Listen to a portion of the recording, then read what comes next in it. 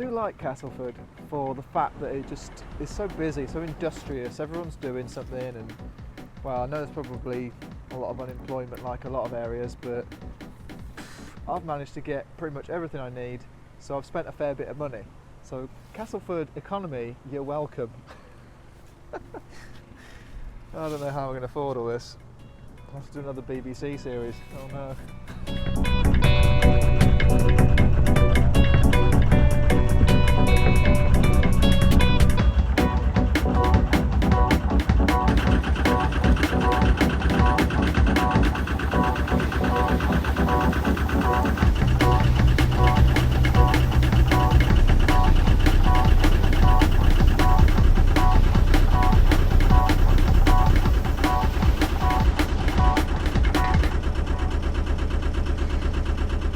Journey, I just want to get to Methley Bridge. It's only a mile up the navigation, but it's somewhere I've actually never been before on my boat, so yeah, it's all new. Going into the Floodlock right now here in Castleford. I have been on the Ayr and Calder from Leeds, so I've done that stretch. Now I'm going to take a different turning in a way. So we're going to go straight across and head towards Wakefield. A floodlock is essentially a way of stopping river waters that might be rising, affecting what is a canalised navigation. So when the river does play up a little bit, they shut gates on both ends of this floodlock, stop you going in and out. Here we go. So I'm now going back out onto the River Ayr. I'm going to follow the navigation across. It's a bit of a flow, but not too much. Castleford and Queen's Mill, which has a footbridge running next to it, the Millennium Footbridge, is actually the site in the mill itself of a really cool craft beer bottle shop. I popped in there earlier on today actually, and so here's what I found within the store itself. Look at this place, we've got everything in here, from tropical mango flavoured IPAs to peanut butter and marshmallow stouts. It's so many crazy different combinations. You wouldn't even believe it unless you were already a fan of this type of thing. There's gins, ciders. I'm a bit more of a lager lout myself, so it's quite daunting, all this choice. If only I could taste some of the bit. Oh, well, you can. Well, there's a bar there, so they do have a few kegs on tap. Just a wee snifter for me. A little bit of a taste, because I've got my truck out the front because I want to drive on to another location in Castleford. It's a cracking base beer, boys. A place that every passing boater should know about.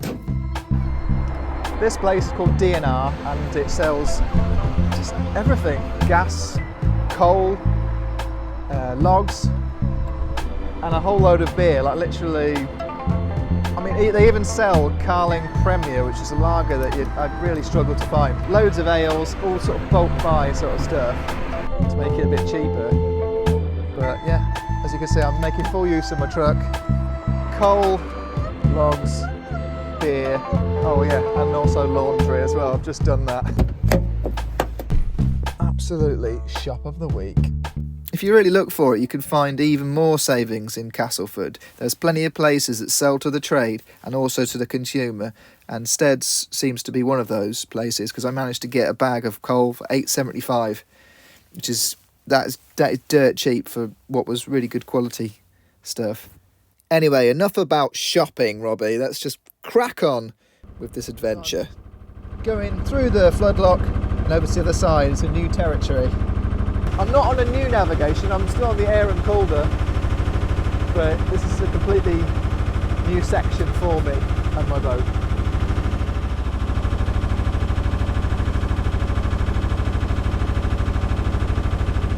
Temperature right now is about 5 or 6 degrees, although I've got the winter sun shining on my face. It's not long now before it will dip down below the horizon. Great to see the sun, but yeah, it is in my eyes slightly. I can't really see where I'm going.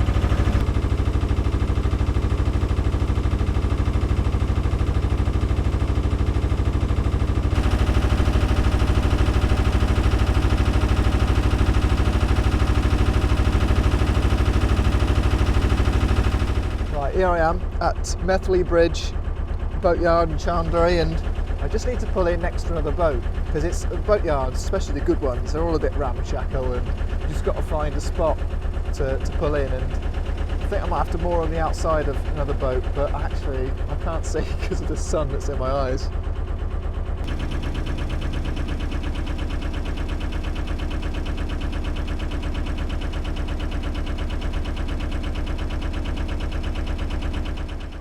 Right, excuse me. Yeah, there's so many ducks and geese here.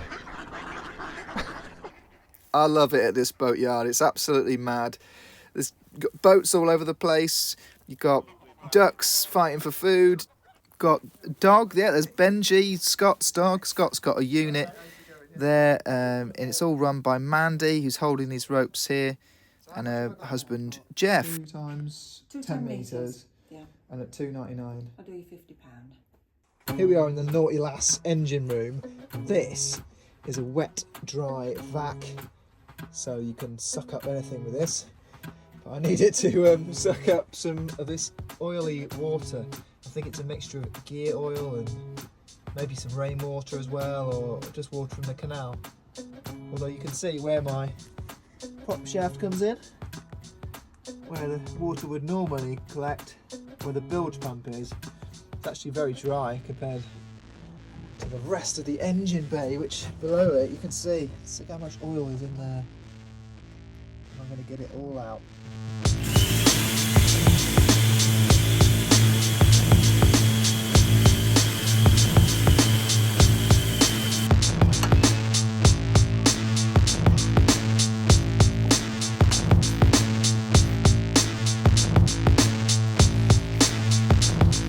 Back in the engine bay, Scott's fitting some new bolts to replace ones that have come out, but he's also got his hand stuck in the engine. What I have to do is remember which one I went in and reverse it. It's so hard. Like, I don't know how. You've got to be pretty nimble, haven't you? Oh, stupid. Well done, you've got your hand free. We're free. Blimey. At this point, I have to say that Scott has legally written to me saying that I have to now say that he is brilliant and can tackle any jobs whatsoever, and very rarely gets his hand stuck. Yeah, Scott and I are pretty good mates, so yeah, it's just all banter with us. But we still appreciate a good sunset. Beautiful, isn't it, Scott? It is. Gorgeous. Quite lucky, really, aren't we? No better place to be working, surely, in a boatyard like this. No, not at all. Not at all. And I did say that. Tell Mandy I said. I will do, yeah. In all seriousness, it's great to have a friend like Scott. He's like my West Yorkshire brother. He's just always there, not just to help me with my engine, but yeah, just someone to talk to and hang out with. And that, for a traveller, is one of the most valuable things you can come across. I'll go and lock all the stuff up over there. Suppose tidy things up. Yeah, Put it back together. There's always something to be done when you live on a narrowboat, and at this point it's laundry time, so I was very, very grateful to be able to use these excellent facilities here. Look how sparkling clean the toilets and showers are. Yeah, so I really recommend that part of the Methley Bridge Boatyard complex, as is this little hangout spot here, which I really want to see in full swing. Hopefully I will do one day.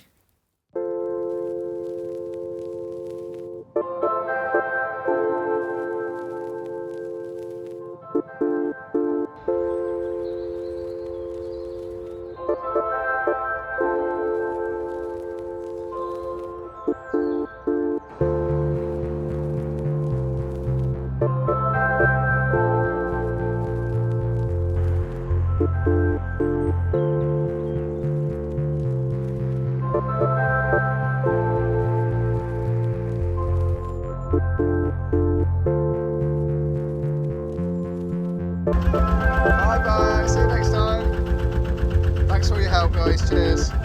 Cheers, Scott. See you soon. Classic boatyard, I love them. There's so much history going on here, and the people that live here and work here, they're the ones that make it.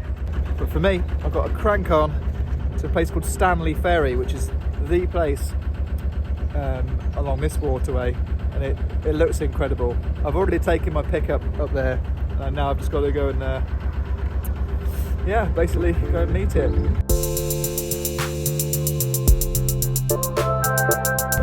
This is a journey of 4 miles and 3 locks.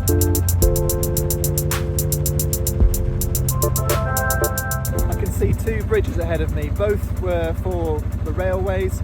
The first one is disused, but the next one, I'm hoping to see a train go across. That is always my hope. It just makes the whole scene look a lot more interesting when you're trying to film it.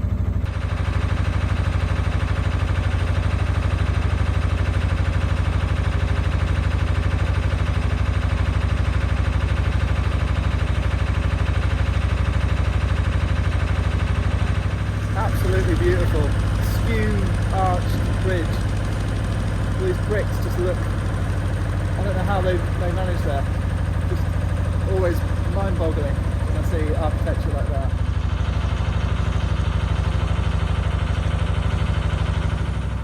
I like to think it's the same if maybe a builder was watching my videos about how, I don't know how you came up with that, Robbie. That crazy editing effect, like this. How did I do that? Just magic, guys.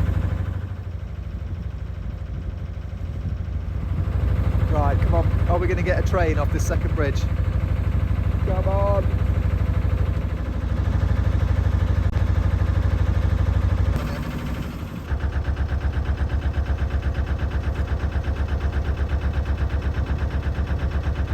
Nothing.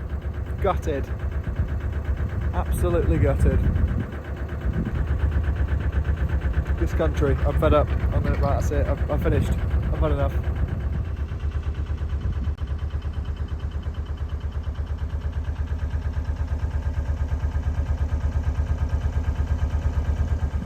I've got 2 locks here. One is disused, and the one I'm going to be going through is a lot bigger. You can actually see the difference from where we are on the boat. So as we're going past this one, this is Ferries Lock, and it's right by a gravel tarmac wharf, which is, I don't think is used anymore by boats. This one, it looks tiny compared to the one we're about to see and go through.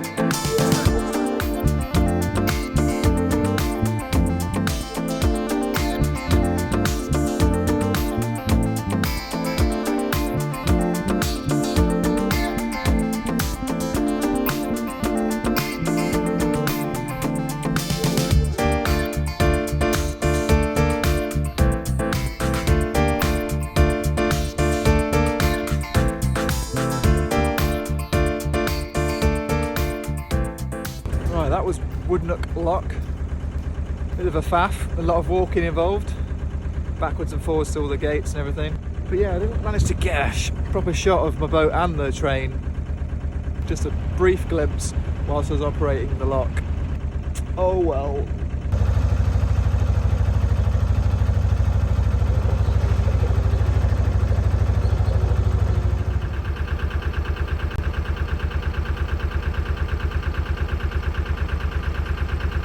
Right, the next lock is Kings Road Lock, and it's not as deep as the one I've just been through, so it shouldn't take too long.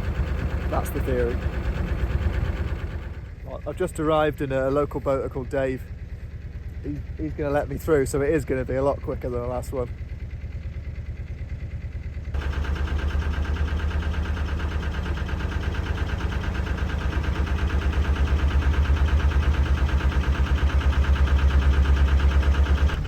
best thing about getting a local boater to help you go through a lock like this one, which is quite oddly shaped, is that he knows exactly where the boat should be positioned. He's saying stay in the middle and I won't get rocked about so much. And there we go, thanks to Dave's help, what could have been 45 minutes long has actually just turned out to be 15 minutes just to get it through that lock, so what a legend. You're a legend, Dave. There we go. Cheers, mate. Thank you.